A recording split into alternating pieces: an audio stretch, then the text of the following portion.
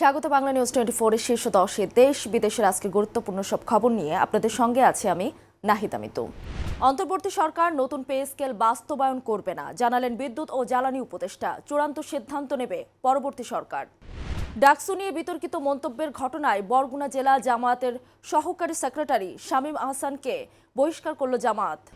নির্বাচন ও গণভোটের আগে ও পরে 3 দিন মোটরসাইকেল চলাচলে নিষেধাজ্ঞা।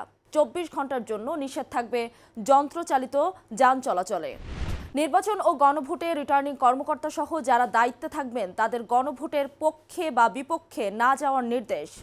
মঙ্গলবার সকাল 10:30 পর্যন্ত প্রবাসীদের 21,508টি পোস্টাল ব্যালট দেশে পৌঁছেছে।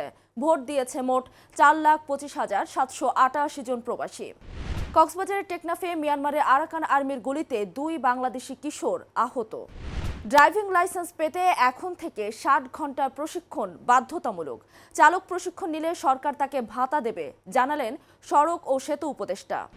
দক্ষিণ কোরিয়ার পণ্যে আমদানি শুল্ক বাড়িয়ে 25% করার ঘোষণা দিয়েছেন মার্কিন প্রেসিডেন্ট ডোনাল্ড ট্রাম্প। প্রতিক্রিয়ায় ট্রাম্পের বিরুদ্ধে বিক্ষোভ করেছে সিউলবাসী। শীতকালীন ঝড়ে বিপর্যস্ত যুক্তরাজ্য, জার্মানি সহ উত্তর ইউরোপ। যুক্তরাজ্যের দিকে ধেয়ে আসছে ঝড় সান্দ্রা। 2 কাউন্টিতে হলুদ সতর্কতা জারি। ভারতে নিপা ভাইরাস ছড়িয়ে পড়ায় টি-20 বিশ্বকাপ আয়োজন নিয়ে দেখা দিয়েছে শঙ্কা। ভারত থেকে বিশ্বকাপ ভেন্যু সরিয়ে নেওয়ার দাবি পাকিস্তানের। আজ এ পর্যন্তই। সবশেষ খবর সবার আগে জানতে ভিজিট করুন বাংলা নিউজ 24 এর ওয়েবসাইট, ইউটিউব চ্যানেল এবং ফেসবুক পেজে।